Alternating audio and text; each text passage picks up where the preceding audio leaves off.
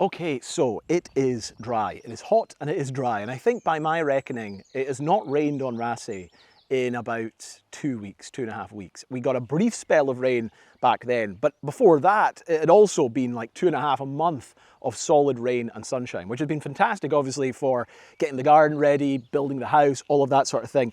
But this has been the hottest and driest start to the year that Scotland and the UK, I think, have seen in 70 years or since records began. It has been incredibly dry, and now Scottish Water are advising people to be careful of their water usage, and I think there are advisements or warnings of drought over large parts of Scotland. And it's exacerbated a little bit here because the house that we live in is on a private water supply.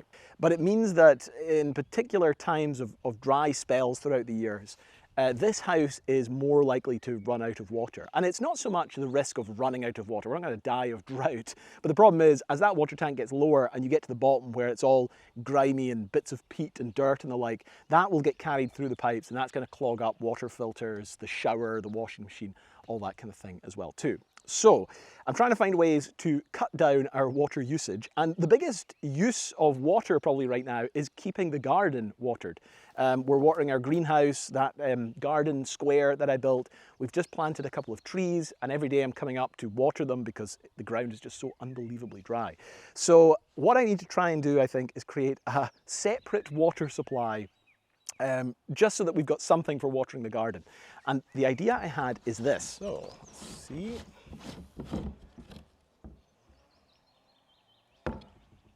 Okay, looks pretty clean in there. So this is an old IBC, which I borrowed because for a while I was worried we wouldn't have water up here for the house build, and we needed a water supply for putting in the concrete foundations. My thought is, if I could get the telehandler, take this thing up, fill it up with water that we have up here now at the house site, which is just mains water, the mains water supply.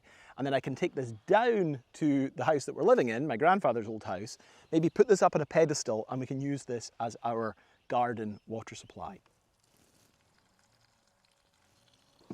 Bingo. Right, let's see what sort of state this thing's in.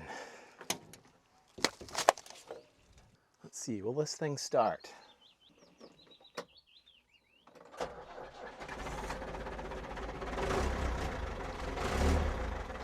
First time, look at that.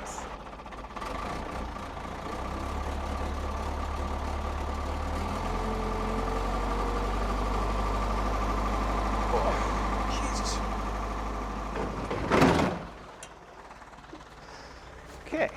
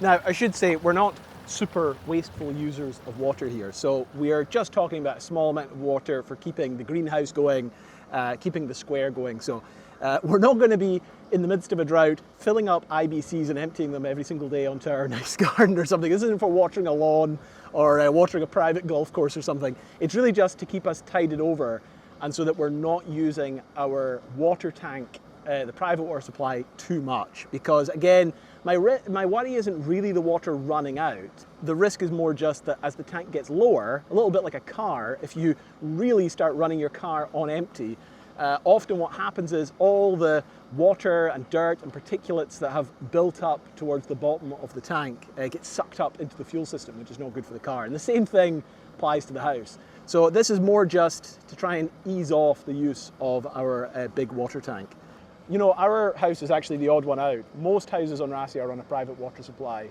There aren't many now. Some of the more isolated ones, the ones especially in the north of the island, are on private water, but most come from the mains. And the mains is provided by a water treatment plant that is up near Duncan, which is the tallest point on Raasay. There are two lochs up there, Loch na Melech and Loch na Ma, and they provide, well, the water's not pumped directly out of those, I think, but the water runs down from there into the water treatment plant and then distributed out to the houses. Loch na Melech, Loch na Ma up there at Duncan is quite interesting because one of the earliest tellings of the story of the kelpie, so for those not aware, the water horse, which is a big part of Scottish and Irish mythology, an animal that will come out, or a spiritual monster, whatever, that comes out of the water, lures people onto its back and then drowns them. One of the earliest references to the story of the water horse, as it's known up here, actually comes from up there at Duncan. And Boswell and Johnson, when they visited Raasay in the 1700s, were told this story, and they were actually shown a small wall. And I've tried finding this wall. I don't think it exists anymore. But they were shown a small wall, and this wall apparently is where a blacksmith on Raasay came up to avenge, I believe, his daughter who was killed by the water horse. And what he did is he built this wall and he built a kiln and he forged these gigantic metal hooks. And he lured, and the water horse came out of the water, and as it came out of the water, he kind of tricked it by thinking he was going to get onto its back or something. And then he took these massive hooks that he'd forged up by the side of the loch and he drove them into the horse's back, killed the water horse.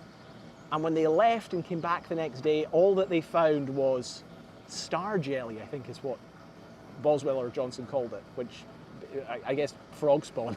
So quite an old story. One of Raasay's oldest. This was told to Boswell and Johnson by their local guides as they were taking up Duncan, and they ended up, there was quite a famous scene, they danced a jig on the top of Duncan. But yeah, if you ever hear about the story of the kelpie, the earliest originators of that story actually originate here on Raasay. But hopefully no kelpies included in this water. I will check to make sure none get into the IBC.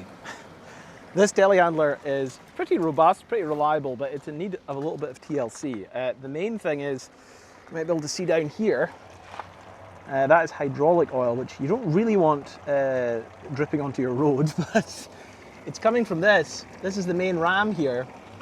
That thing's leaking. The seal at the end of the ram has kind of gone on it, and it's been leaking for a long time now, hydraulic oil. So we need to really get that fixed. I think what we'll do, if I use this as an example, here's a ram here.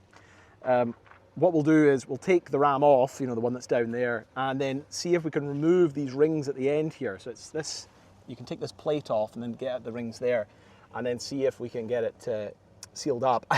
I noticed this thing's not being as responsive, and I think it's due to the fact that it's getting a little bit low on hydraulic oil. So I've had this thing sitting because I've been wanting to take this ram off with my dad and see if we can get that fixed before we use this for any heavy work. But needs must.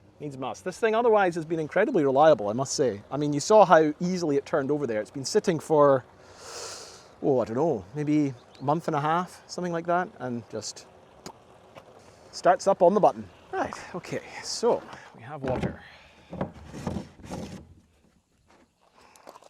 I've only half filled it because, again, we don't need much water. I just need something for the garden that we can use every day that isn't going to be taken from our private tank. So it's fine.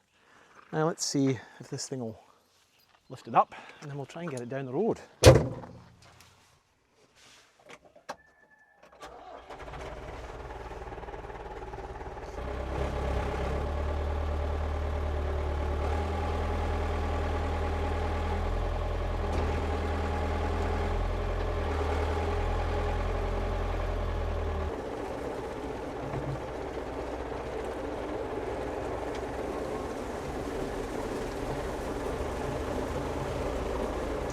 Brakes on this thing are not very good, so if it starts running away from you, you've got to throw it into reverse and just hope that that slows it down a bit, which seems to work. Now, the question is, can I get it down there, I wonder? I think I'm going to need both hands for this.